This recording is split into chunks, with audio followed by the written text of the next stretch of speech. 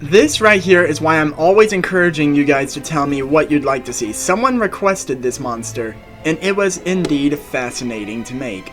I've split this creature into 2 character sheets, which we'll call False Hydra Phase 1 and Phase 2, as it goes a drastic change provided it eats enough people, or livestock.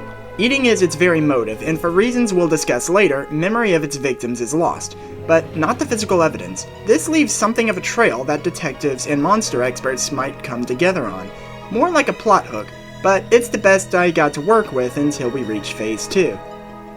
I felt quite comfortable working with its stats since it's homebrew material, the sort of thing everyone can have their own interpretation on. I chose a negative agility stat because its only limbs are necks with more human-looking faces on them, and it requires these to drag itself from place to place. For defenses, I just wanted to make sure it had something to work with the exception of dodge. It's a large monster that relies on tricking prey until said prey is secluded and can be dragged. It should rarely, if ever, consider dodging. Growth 8, it's a big rapscallion. I figured a max of 30 feet tall is fine for its starting form. It likely keeps the majority of its body underground while elongating its neck up above for the song and kill process. False Hydra has no set number of heads, though some renditions of this suggest that it grows another head with each person it eats. So it's one of those things where you can just pick a number. Now, those who already know this beast have been waiting for this part. I mentioned a song. This beast utters a melody that alters brains to make the target ignore it, and its effects on society. The False Hydra could be inches away from someone's face, and they'd have no idea it was there, so long as it keeps singing. It works kind of like concealment. As to its effects on society, if it eats someone you know, you forget that person, though evidence of that person's existence is still there, again, as long as the song continues. You might look at a selfie you took and wonder who the other guy in the picture is. The mind control effect is limited to covering its tracks like that, but is sense dependent. It's a song, the target has to hear it. I chose Area 11. This creature has lungs that can make its song heard for an area 5 miles in diameter. We're gonna settle for 4 miles though, as that's the closest number.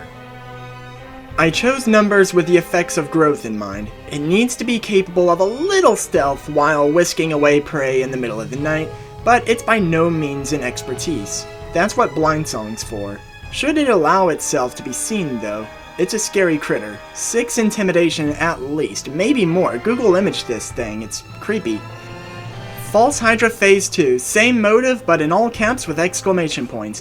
It more than likely has some foes on its tail now, but presuming it doesn't, it still has a desperate need to eat. It's gotten bigger and it won't survive long without food.